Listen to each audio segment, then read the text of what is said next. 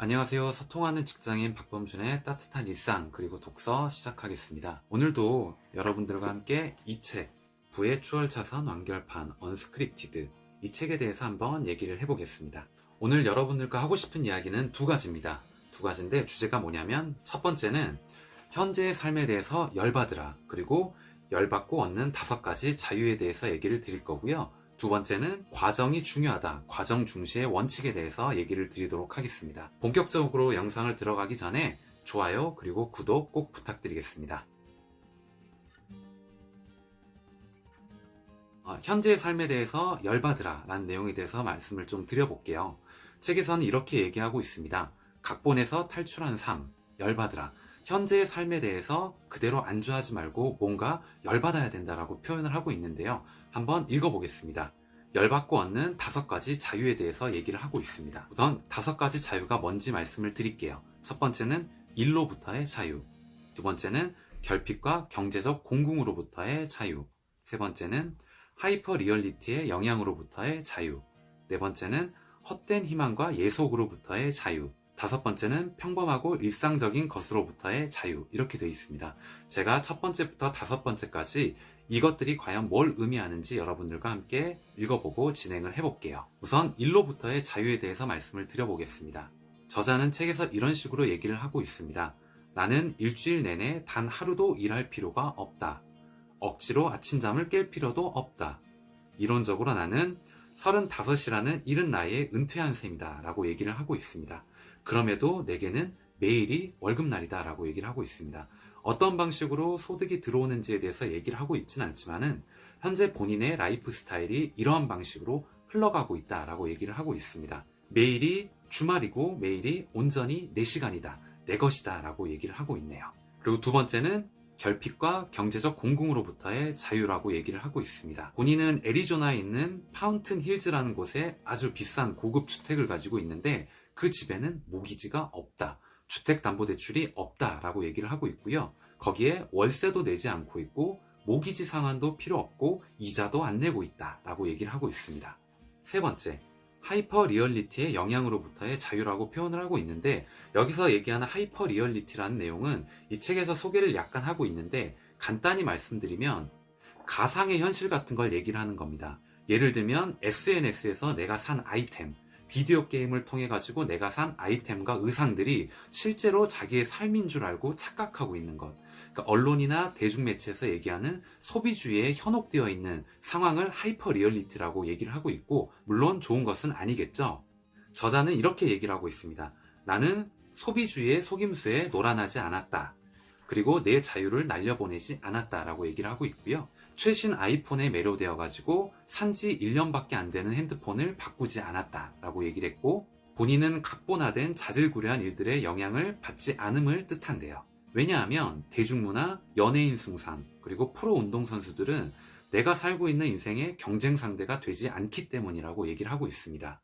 그들이 나의 삶에 신경 쓰질 않는 것처럼 나도 그들의 삶에 신경 쓰지 않을 것이고 그들이 내 경쟁 상대라고 여기지 않을 것이란 얘기입니다. 그러기에는 내 인생이 너무 짧고 너무 중요하기도 하고 너무 소중해서 각본화된 좀비놀이에 신경을 쓰지 않는다라고 표현하고 있어요. 각본화된 좀비놀이라고 표현을 했네요. 그 다음에 네 번째, 헛된 희망과 예속으로부터의 자유라고 표현을 하고 있습니다. 이것은 뭐냐면 직장이 나를 지켜줄 것이다, 정부 지원금이 나를 보조해 줄 것이다, 국민연금이 나의 노후를 보장해 줄 것이다, 이런 희망을 갖고 사는 것을 얘기를 하는 겁니다. 그리고 마지막 5번째는 평범하고 일상적인 것들로부터의 자유라고 표현을 하고 있는데 이거는 굳이 설명을 드리지 않아도 여러분들이 잘 알 수 있을 것 같아요. 현재 본인이 하고 있는 일에 안주하지 말고 뭔가 새로운 것, 본인의 아이디어를 창출한다거나 아니면 뭔가 생산적인 위치에 갈 수 있도록 새롭게 도전하고 계속 변화하라는 얘기로 들으시면 될 것 같습니다. 그리고 대주제 두 번째에 대해서 말씀을 드려볼게요.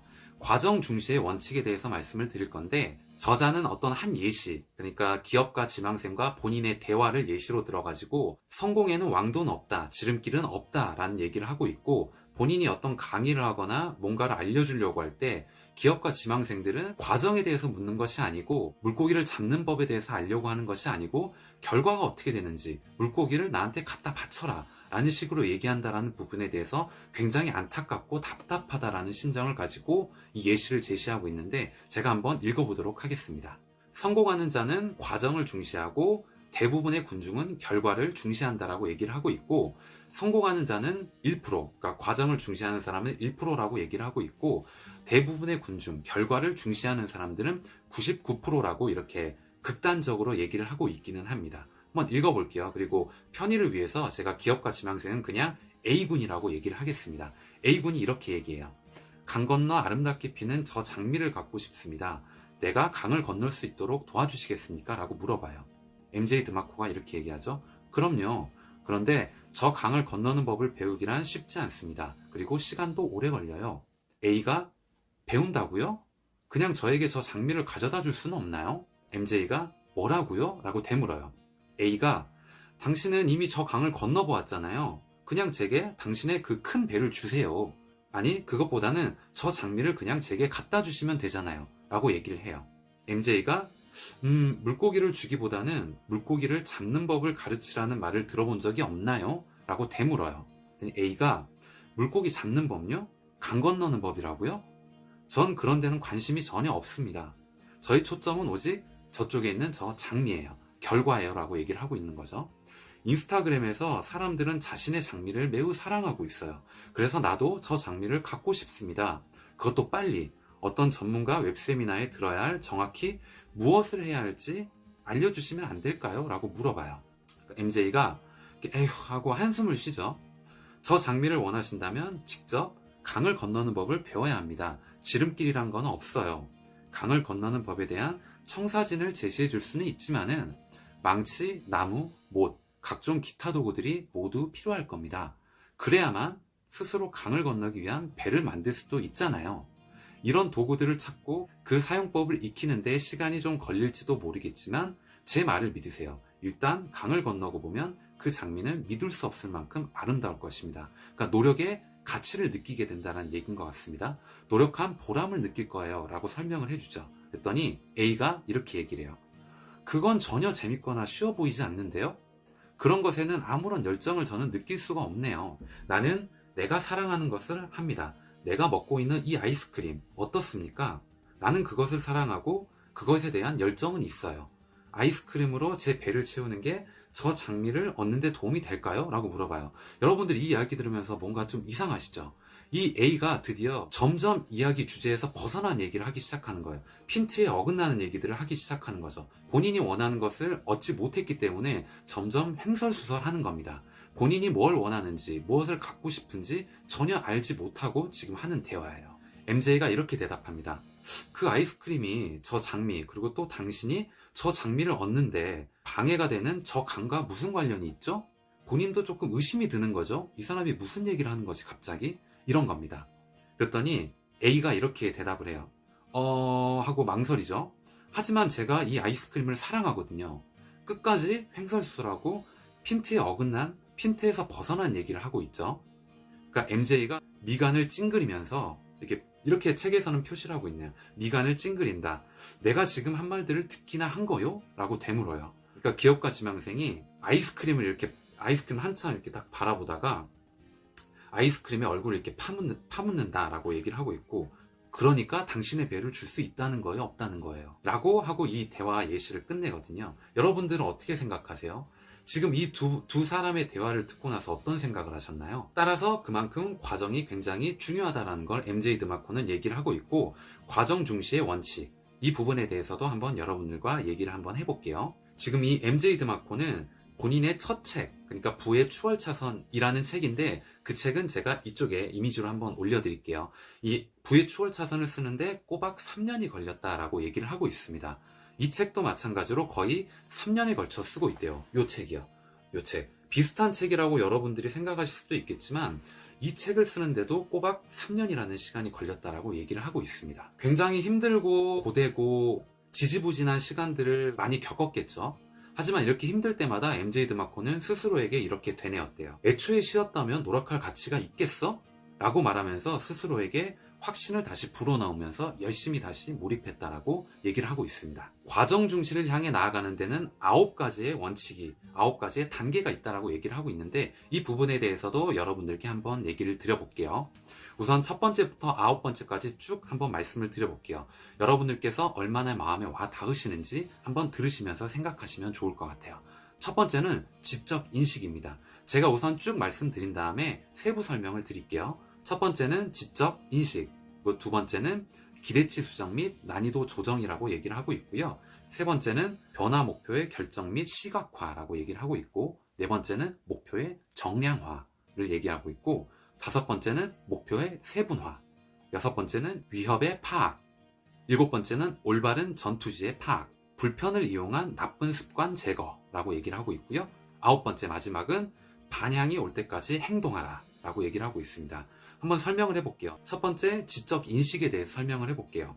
슬픈 진실이 뭐냐면 당신의 뇌가 과정이 아닌 결과 위주의 효율성을 찾는다는 것이래요. 왜냐하면 뇌는 효율적이기 때문입니다. 우리가 살아가면서 많은 정보를 보고 듣고 하고 있잖아요. 근데 이 많은 정보, 내가 모르는 거를 이 뇌가 다 받아들이게 되면 이 뇌는 아마 터져버릴 거예요. 그렇기 때문에 본인에게 필요한 정보만 걸러서 듣게 돼 있습니다. 그렇게 뇌는 효율적으로 돌아가게 돼 있는데, 이렇게 효율적이기 때문에 우리의 뇌는 과정이 중요한 게 아니고 결과를 따르게끔, 결과를 찾게끔 구조화되어 있긴 합니다. 그렇기 때문에 이 신경계에는 단점이 있다라고 얘기를 하는 거고요. 그 이유가 바로 아까도 말씀드렸던 우리의 나태한 뇌 때문이다 라고 얘기를 하고 있습니다. 건강한 몸, 건강한 몸매만큼 과정을 중시하는, 과정을 말하기 가장 좋은 모델은 없다라고 얘기를 하고 있는데, 한번 예시를 들어볼게요. 강철 같은 팔뚝, 그리고 초콜릿 복근을 자랑하는 해변에 멋진 남자가 있다라고 가정을 해볼게요. 그 남자에겐 분명 과정이 있었습니다. 매일 운동하고 엄격한 식이요법 하면서 엄청난 노력의 대가로 그런 멋진 몸을 갖게 된 거예요. 눈에 잘 보이는 잘 빠지고 건강한 몸은 결과일 뿐이에요. 여러분들이 지금 보고 있는 저 몸매는 결과일 뿐이에요. 하지만 저 결과를 내기 위해 수많은 아주 힘든 노력의 시간들을 거쳐왔다는 거고, 과정이 있었다는 얘기를 하고 싶은 겁니다. 그만큼 과정이 중요하다는 거겠죠. 3단계, 변화 목표의 결정 및 시각화라는 부분 말씀드릴게요.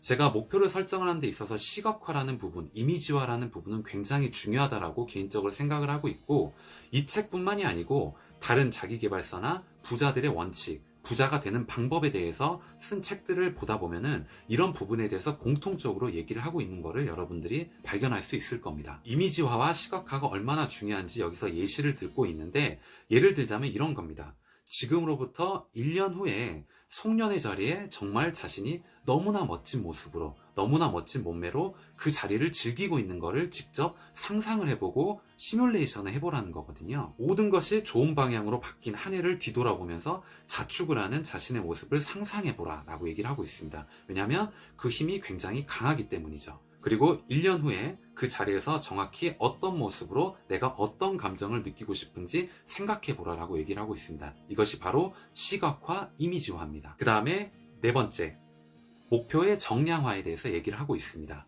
목표에 숫자를 꼭 붙여라라고 얘기를 하고 있고요. 살 빼기가 목표라면 5kg 빼기라든지 체지방을 12%로 달성한다, 같이 구체화시키라고 얘기를 하고 있습니다.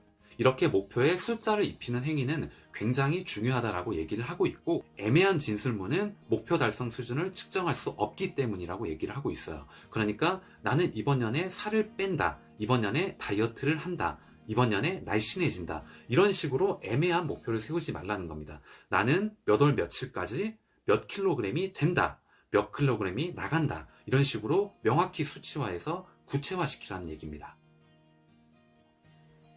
그 다음에 5단계, 목표의 세분화에 대해서 얘기를 하고 있어요. 목표를 정했고 정량화했으면 이걸 어떻게 달성할 수 있을지 세분화하라는 얘기입니다. 이를 목표라고 부르는 핵심적 행동 요소로 나누는 것이다 라고 얘기를 하고 있고요.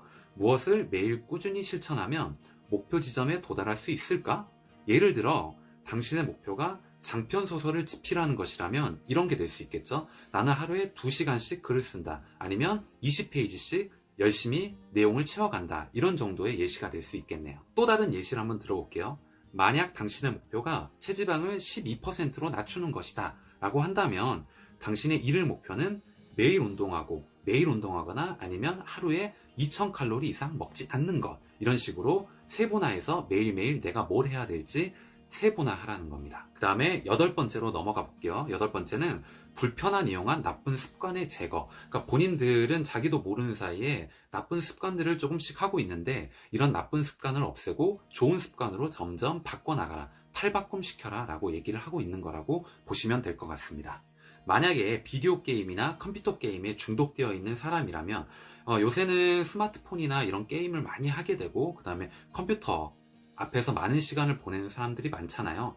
이것이 꼭 나쁘다라는 것은 아니지만 거기에 너무 많은 시간을 투자한다거나 아니면 너무 몰입해 있다라거나 이것이 생산적이지 않고 내가 너무 소비만 하는 삶을 보내고 있다, 소비만 하는 시간을 보내고 있다라면 분명히 이 부분은 바꿔야 될 나쁜 습관 중에 하나다 라고 얘기를 하고 있습니다. 엑스박스라고 아시나요? 아니면 플레이스테이션 같은 게임기를 한번 예로 들어볼게요.